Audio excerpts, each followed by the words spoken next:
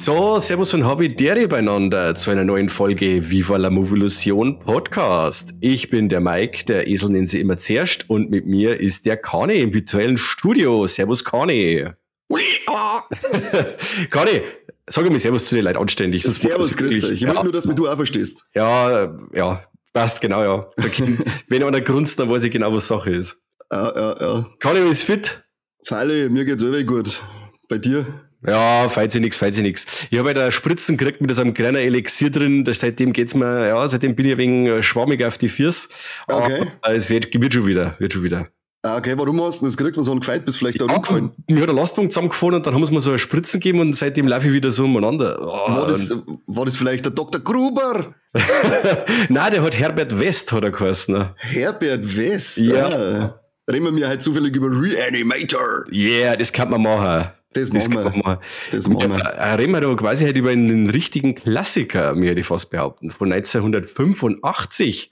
Und wir machen ja im Endeffekt, bleiben wir unsere Lovecraft-Wochen treu, weil wir haben ja erst über die Mächte des Wahnsinns geredet, der ja auch Lovecraft inspiriert ist, aber heute haben wir so direkt mit einer Umsetzung von einer Kurzgeschichte vom H.P. Lovecraft zum Tor, und zwar Herbert West Reanimator heißt das Ding und ist von 1922. Unfassbar, möchte ich fast behaupten. Also eine alte Geschichte, und der Film ist von 1985 und da kann ich dir von jetzt sagen, um was in Reanimator geht. Ja, das will ich wissen.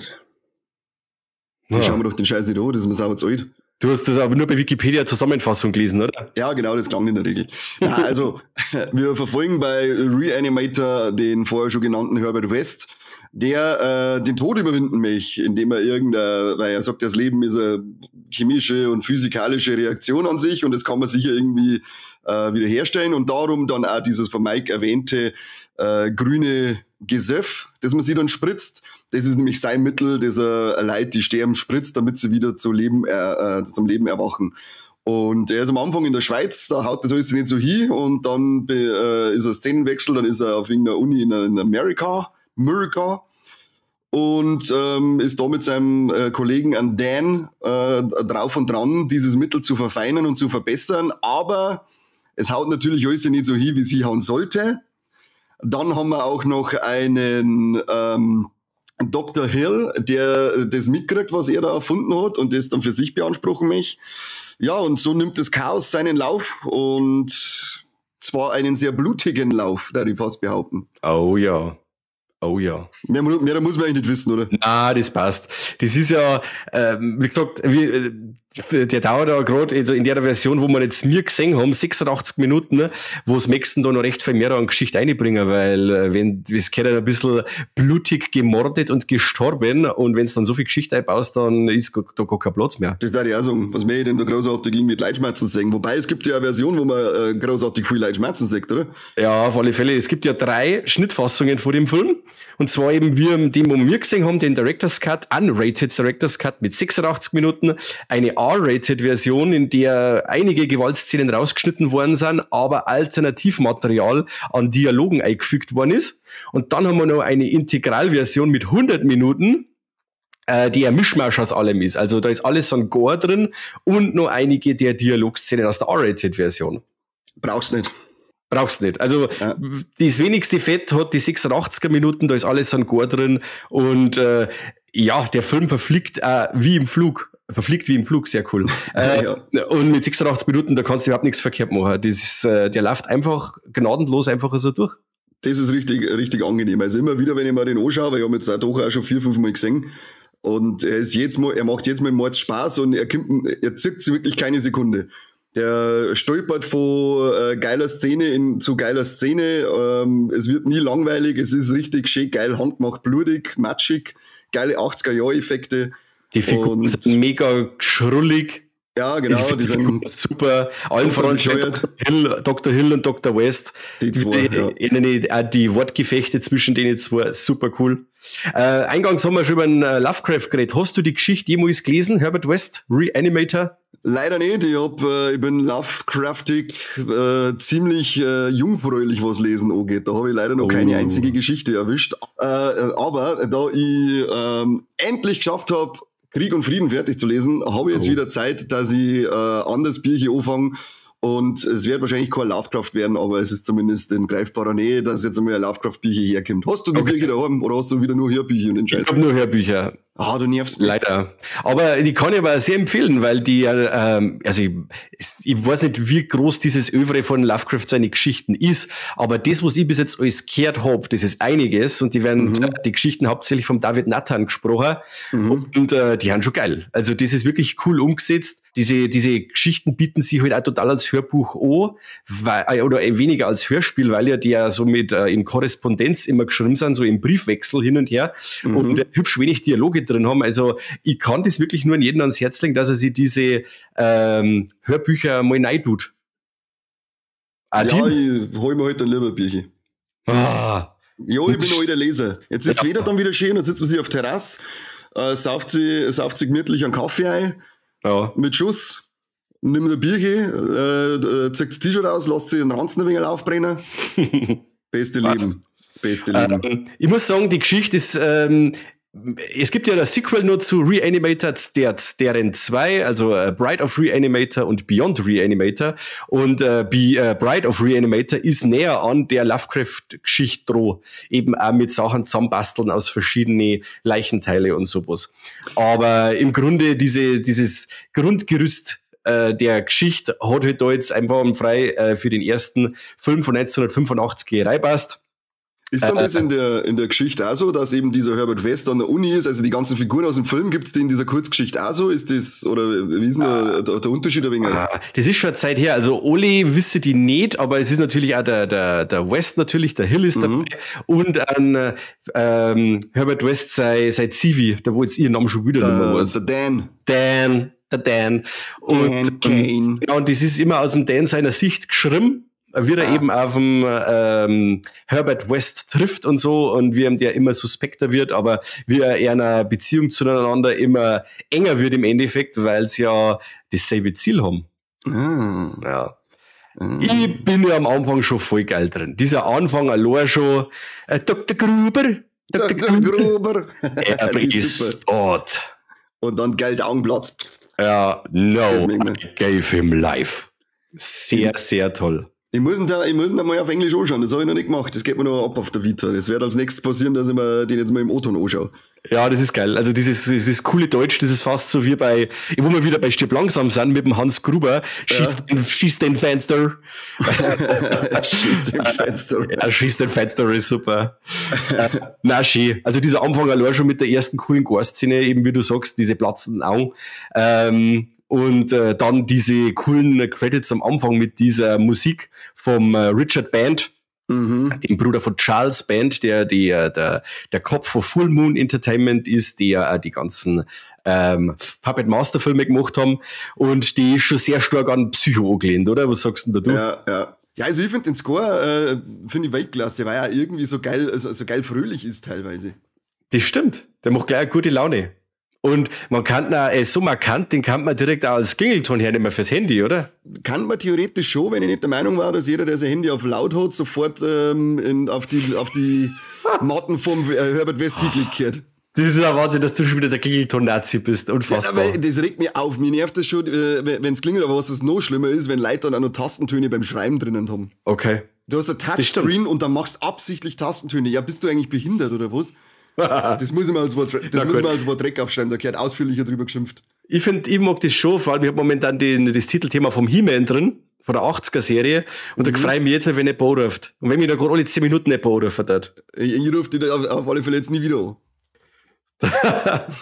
Auf alle Fälle ist er da nicht nur in dem Vorspann die Musik cool, sondern auch diese Battle oder diese Animationen mit diese Anatomie weiß ich nicht, Anatomie-Animationen. Zeichnungen. Anatomie-Zeichnungen, genau, danke sehr. Ja, Finde ich cool, der hat er mir eigentlich schon. Ja. Und dann ist der Vorspann Gore und dann sagst Miskatonic University. Und spätestens dann, wenn man es nicht schon an der Titeleinblendung gesehen hat, dass das H.P. Lovecrafts Reanimator ist, dann müsst ihr spätestens jetzt Klick machen, wenn es heißt, Miskatonic University.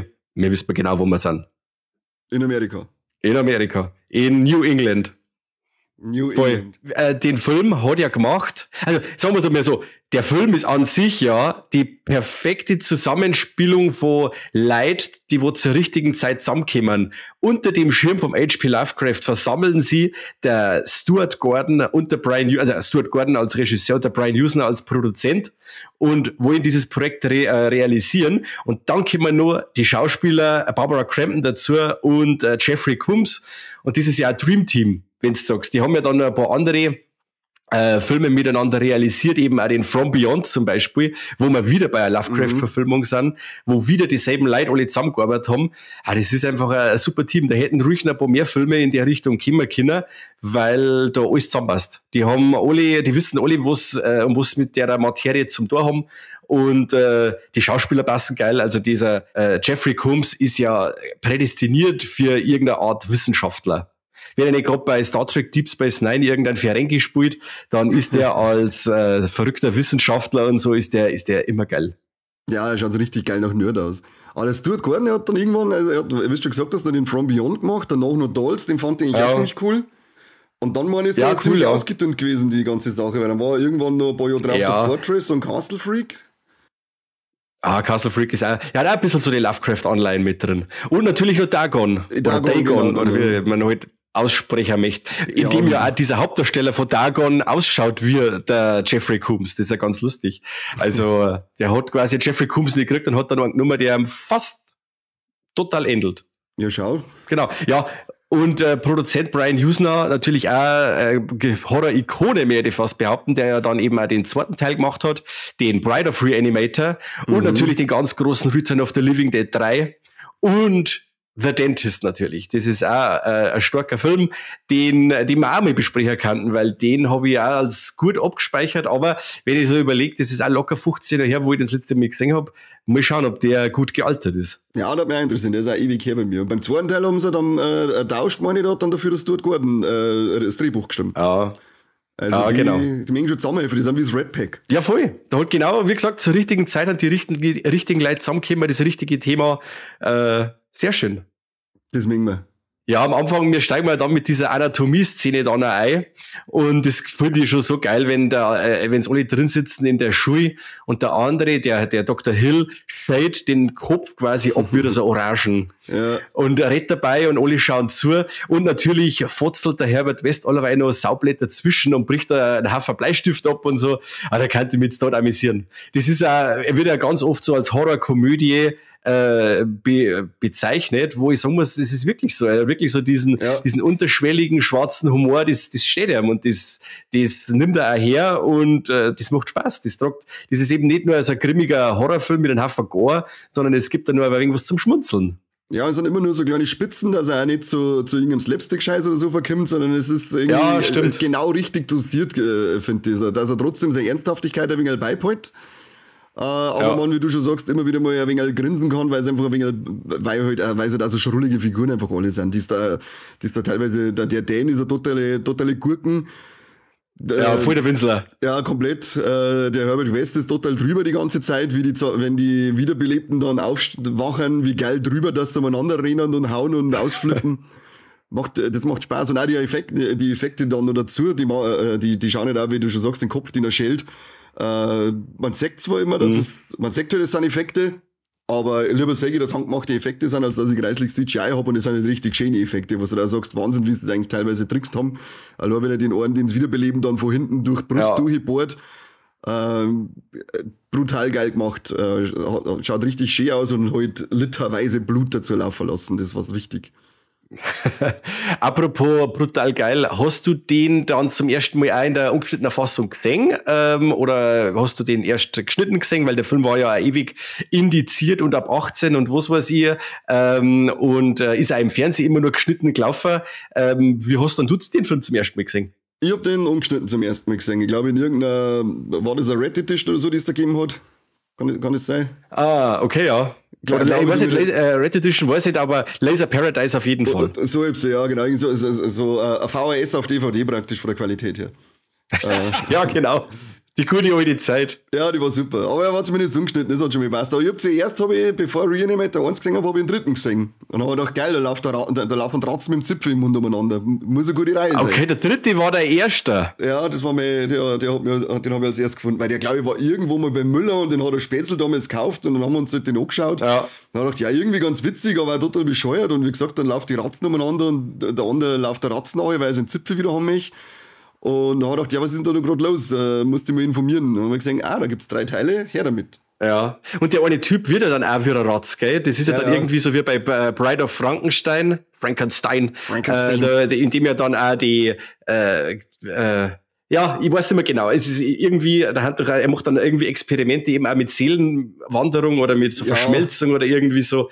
Ganz seltsam. Sehr, sehr ausgeflippt. Und der voll. Und das ist ja das, wo wir vorhin gesagt haben, dass zwar Humor dabei ist, aber ist nie so slapstickhaft. Und das hat halt auch leider der dritte, finde ich, der zirkt das alles so krass ins Lächerliche und hat so viele Szenen, die so drüber sind, dass du sagst, nicht so, wow, cool, sondern, okay, ja, kann ich jetzt damit leben, aber schön ist das nicht. So habe ich jetzt den dritten Teil abgespeichert. Ja, den müsst ihr auch noch mal schauen, der ist schon wieder Zeit her, der dritte. Ich weiß nicht noch von damals, dass wenn du den anfängst, dann denkst du, ja, cool, ist verrückt und abdreht, das passt schon. Ich habe aber jetzt Bock nach dem ersten Teil, dass ich mir Teil 2 und Teil 3 nochmal anschaue, und auch den ersten nochmal anschaue, weil der geht einfach immer. Der ist so gut gealtert, der Film für mich, den kann ich mir jetzt, wie ich glaube am Anfang schon mal gesagt habe, den habe ich jetzt 4, 5 Mal gesehen und es war nicht einmal so, dass ich mir denke, ja okay, jetzt kommt die Szene, bla bla, langweilig oder sonst was, wie es bei manch anderen Filmen oft ist, sondern da freue ich mich von Minute 1 bis zu Minute 86 auf jede Szene, die da kommt, weil der Film einfach durchgehend Spaß macht. Da musst du aber aufpassen, jetzt eben, wenn du mal eine andere Schnittfassung erwischt oder was, weil da schaut die Geschichte nämlich dann anders aus, finde ich. Weil wenn du die Integrale anschaust, da habe ich mir auch gedacht, schaust du die mal an, die habe ich jetzt zwar nicht zur Vorbereitung angeschaut, aber ich habe es schon mal gesehen. Und dann ist es so, dass du sagst, ja, da haben jetzt eigentlich ein paar Dialoge zu viel drin. Das ist jetzt etwas, da ist jetzt nicht so wieder das Sprichwort, da ist kein Gramm Fett dran, ist dann nicht. Also der ist schon durchzogen dann. Man kennt dann schon die Unterschiede und die locker flockigen 86 Minuten von der Unrated-Fassung stehen den Film einfach am besten. Mehr braucht ihr aber auch nicht. Also ich habe die Integral noch nicht gesehen oder diese R-Rated, aber ich kann mir dem Film jetzt auch nicht vorstellen, dass die Dialoge da annähernd so spannend oder gut geschrieben sind, dass wir die bei der Stange halten daten, weil der Film lebt schon eher von dem Schrulligen, Schneller und Splatterigen und nicht von irgendeiner Geschichte, weil die geht halt auf einen, wie sagst du, über Papierfeld laufen. Ja, wirklich. Das ist, der lebt wirklich, wie du sagst, mehr von Stimmung und von die Figuren und Splatter natürlich und so. Und das, da kann sich der mit den 86 Minuten sauber über Wasser halten. Das ist super. Ich habe ihn zum ersten Mal gesehen im Fernsehen sogar mit einer geschnittenen 16er-Fassung. Irgendwann einmal RTL 2 mitten in der Nacht.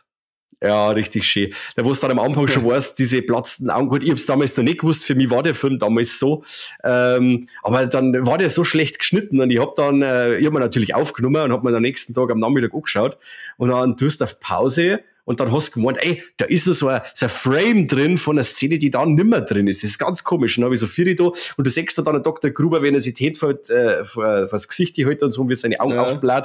Aber Dr. dieses Gruber Ergebnis siehst du dann nimmer und du sagst dann, da stimmt irgendwas nicht. Das stimmt irgendwas nicht. Da haben sie was rausgeschnitten. Und ja, wie gesagt, dann ist der wo Cape eben dann in der ungeschnittenen Fassung rausgekommen.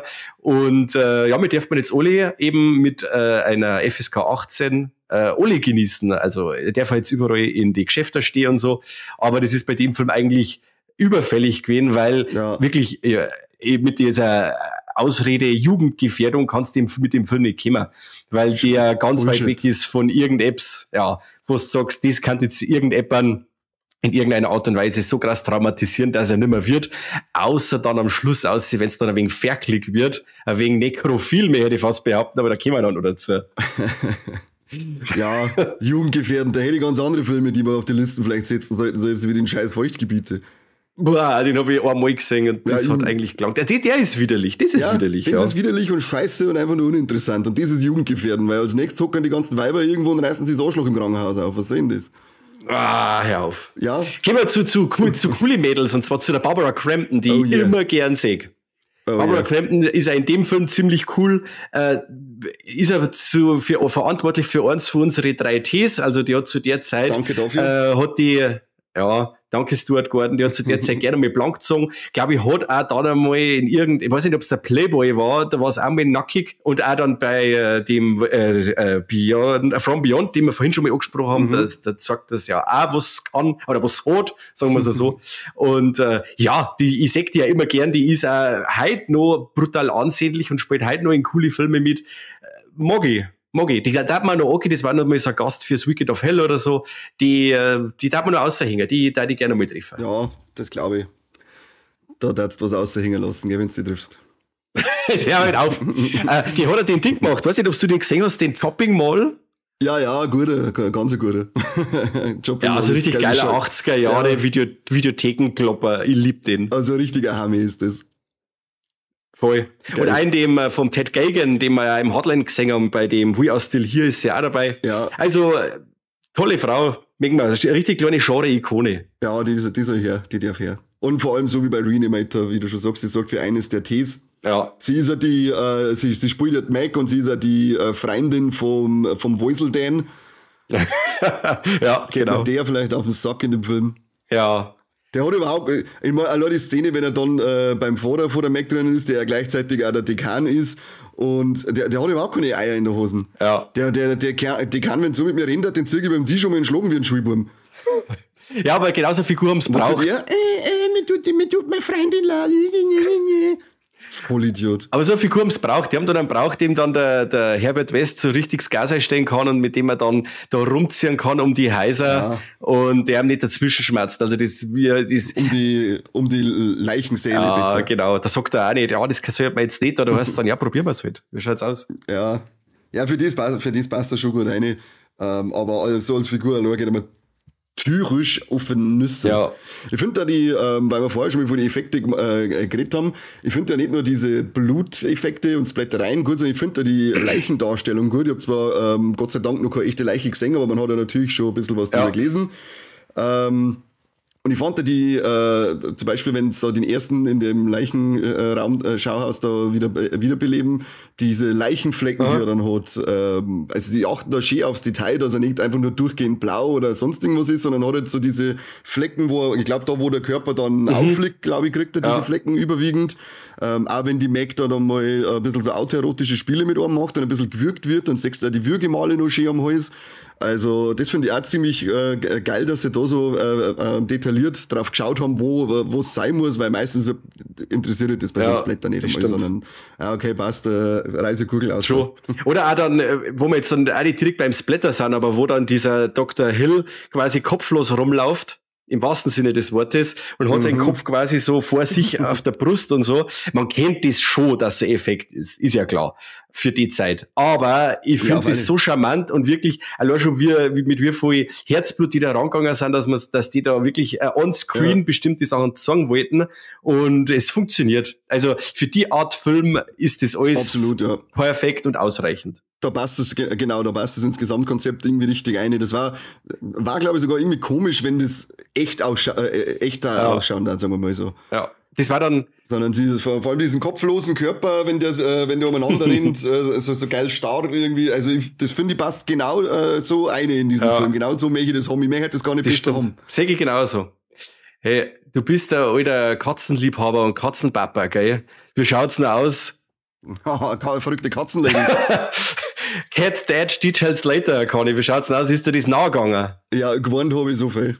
Okay. Bei mir gerade 4 gelegen und hat sich einen fetten Ranzen kraulen lassen, gell, und dann hier Mieze an die Wind ohne klatschen, dass noch Breckerl dran hängen. Also, was soll das? Ja, oder wenn's dann da an dem... 4, schau nicht hier, hab ich gesagt, schau nicht hier. Tu das nicht. Kannst du nicht mehr schlafen bei der Nacht. Tu nicht, Kind.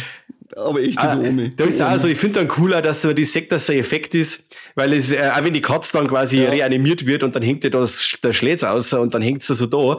Ich finde, passt von dem Ganzen so zu diesem ganzen Schrulligen und Abgefuckten, dass die Katze da so plastisch ausschaut. Ich finde das einfach toll. Die haben es super gemacht und ja, also der Satz an sich, Cat Dead, Details Later, ist ja in die Filmgeschichte eingegangen. Wenn Meg die ganze Zeit Katze sucht, da liegt im Kühlschrank drin, was soll das? Ja. Kruzifix, ne? Das hat's wieder braucht. Unbedingt hat's eine Katze sein müssen. Unbedingt. Aber ich finde das auch von dem plastischen, mich erinnert das oft ein bisschen an Return of the Living Dead. Da ist ja auch mit diesem halben Hund, meine war das ja, da, genau. Also ja, von den Effekten her, finde ich, erinnert mich das immer stark an Return of the Living Dead und die haben beide, finde ich, so eine ähnliche Stimmung, deswegen, das mag ich eigentlich an diese 80er-Filme, wenn die diese Art von Stimmung mitbringen. Jo, da bin ich bei dir. Das ist super. Ja, schön, kaum redet man von der Katze, hupft man schon raus ganz Fenster auf. Der möchte, es ist ein Omen, ist das. Ja, schon, er hat gesagt, lass mich in den Kühlschrank gehen. Also, Dr. Hill, ich finde ihn super. Ich mag den. Der hat schon so das Gesicht von oben, der Bass ist. Für mich schaut der schon nach einem richtig fiesen Lehrer aus. Richtig hassenswert. Das, was er sagt, das, was er tut, auch verwerflich teilweise eben auch dann wieder wo wir wieder am Schluss bei dieser nekrophilen Ferkelei sind und so. Das passt alles zu ihm. Dieser Typ spielt das super und später ja, dann auch... ist er nicht eher nekrophil, gell? Ja, gut. Ja, gut, okay. Er ist ein geiler Untoter. Ein geiler Untoter ist er. Ja, ist ein geiler Untoter. Sie ist eigentlich das Problem. Sie ist ja da drüber jetzt auch. Ja, aber sie möcht's ja nicht. Also, ja, genau. Aber vorher mit Mini vielleicht müssen wir über die Szene mit Schmerzen, vielleicht die den Film jetzt nicht gesehen haben und trotzdem zuhören. Ja, ich wollte gerade sagen, weil die denken sich, was was ist denn los? Reden sie wieder vom Hammel zeigen und erklären uns das nicht. Er beschreibt das mal bildlich, Mike. Es ist ja von Haus aus so, dass dieser Dr. Hill ganz scharf war auf die Barbara Crampton und mochte da die ganze Zeit schon so Avancen und so und dann ist es halt eben am Schluss so, dass dieser zombifizierte Dr. Hill die Meg, glaube ich, heißt's, gell? Ja. Genau, die Meg kidnappt und bei sich in der Leichenhalle fesselt und dann nimmt der quasi dieser kopflose Körper den Kopf vom Dr. Hill und führt ihn zwischen die Beine der armen Meg, die schreit Zeta und Mordio. Schön ist das nicht und das ist eine von den Szenen, wenn du sagst, ja okay, ich schaue mir jetzt einen coolen 80er Jahre Splatterfilm, ein schöner Zombie-Film und alles ist cool und dann bei der Szene, da kommt dann entweder deine Kinder einer oder deine Frau kommt einer oder die Oma oder alle kommen rein, die ganze Family, alle überraschen die und du sitzt gerade da und schaust den Reanimator an, wo ein abgeschnittener Kopf zwischen... Runtergelassene Hosen? Nein, das nicht, Sau. Aber dem dann quasi der Kopf vom Dr. Hill zwischen die Beine rumgeruscht von der Meg.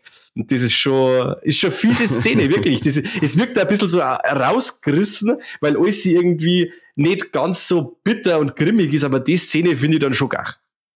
Ja, das, also im Verhältnis zu dem ganzen Rest und zu der Stimmung ist die auf einmal, denkst du, okay, wo kommt das jetzt her?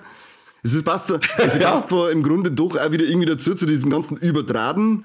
Wenn du sagst, jetzt kommt da ein kopfloser Körper und möchte einen Kopf unten für Kunilingus einhalten. Aber sie ist halt von der sexuellen Gewalt her, die da versprüht wird, weil da sind gerne schon leichte Vergewaltigungsschwingungen. Ja, absolut. Ist das ein bisschen krasser als der Rest. Das ist grimmige Szene eigentlich. Ja, das ist unangenehm. Ja, für das, dass dieser Dr. Hill vorher kopflos eben so rumläuft und so rumzieht, so Frankenstein-mäßig und Ding, und dann sagst du, dann kommt sowas und sagst, oh, it's now we talking. Schaut die Geschichte gleich ganz anders aus. Ja. In Tinte gerotzt und dann geht's ab hier. Ich find's aber auch schon so geil. Also eine von meinen absoluten Lieblingsszenen ist die, wenn eben dieser Dr. Hill umgebracht wird vom Dr. West und dann quasi mit der Schaufel enthauptet, dann der Kopf in diese Schale einkommt und dann eben das grüne Serum zum Einsatz kommt und dann der Kopf zum Schmerzen anfängt. Diese Szene ist super. Also ich finde das so geil. Super. Und dann auch im Hintergrund. Wie fühlen Sie sich, Dr. Hill? Wie fühlen Sie sich? Ja. Bastard! West! Sehr geil. Und im Hintergrund dann dieser kopflose Körper aufsteht und so. Super gemacht. Die finde ich auch richtig stark, ja. Und dann eben das geile Ende, das Finale, was dann so richtig over the top ist. Da rührt sich dann ordentlich was und da werden dann ein paar richtig coole Ideen nur ausgefahren, wie so Gedärme, die Leute erwürgen wollen und Leute backern und so. Das hat dann schon so Braindead-Vibes. Also wenn es dann Braindead, der ja Jahre später entstanden ist, dann sagst du, ja, man weiß, woher sie der Peter Jackson ein wenig Inspiration geholt hat.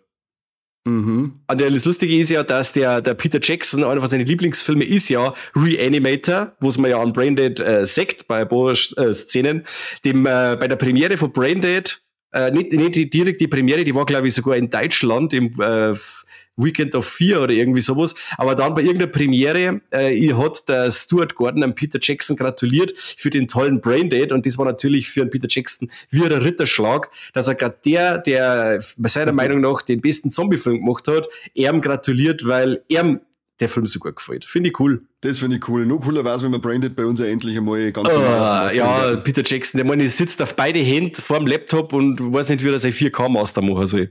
Anscheinend, ja. Er meint anscheinend, das macht man auch mit der Fremden. Ach ja. Geh oben von deinen Händen, du Fetter auf. Ja, und druck ein wenig umeinander und mach ein 4K-Master. Was ist denn los? Naja. Aber echt. Zumindest haben wir eine schöne Version von Reanimator.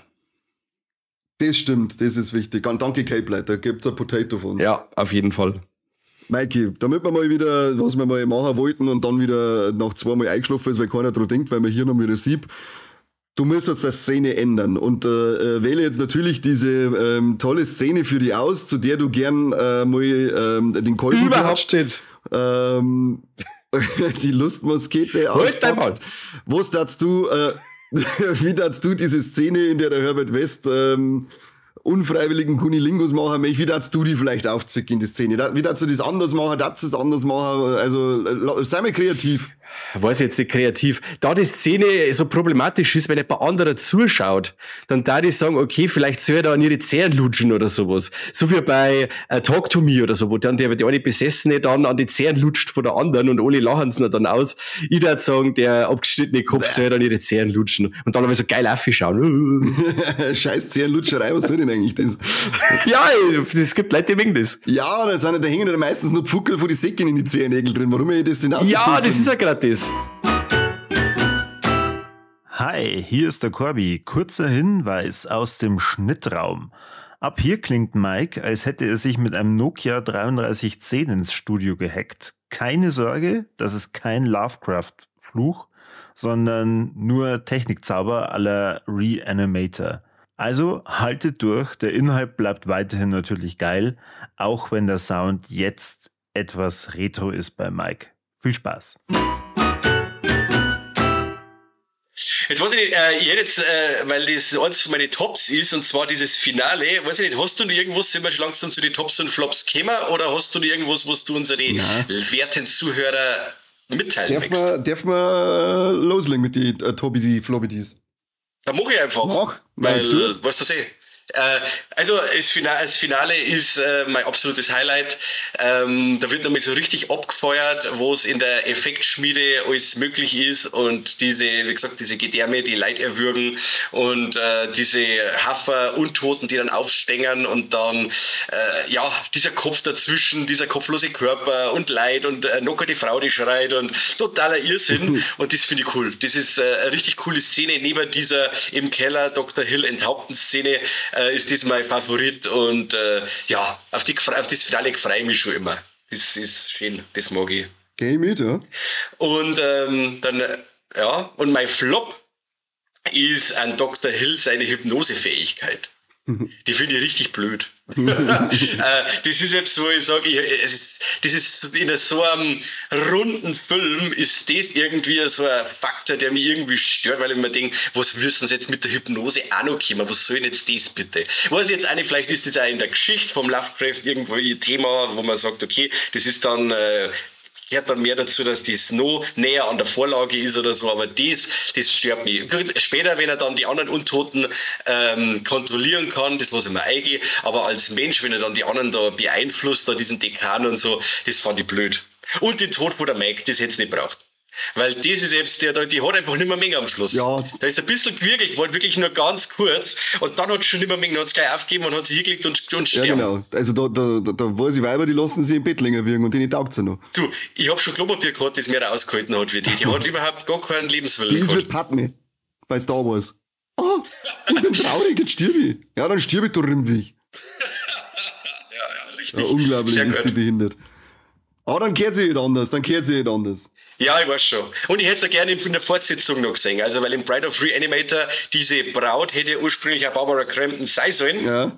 Aber durch irgendwelches Hin und Her, ich hab's erst gehört. Es tut mir leid, ich hab's in der In Search of Darkness Doku, haben sie es gesagt, weil da reden sie in der 90er Auflage über Bride of Reanimator und da hat sie es sogar noch gesagt, aber ich weiß nicht mehr, was sie gesagt hat. Also auf jeden Fall hat es mit ihr nicht hingehauen, sie ist in der Fortsetzung leider nicht dabei.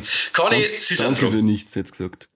Also, mein Top ist Dr. Hill selber. Ich finde den seine Rolle und er als Person Weltklasse. Der taugt mir richtig, den schaue ich gern zu mit seiner geilen Psychofresse.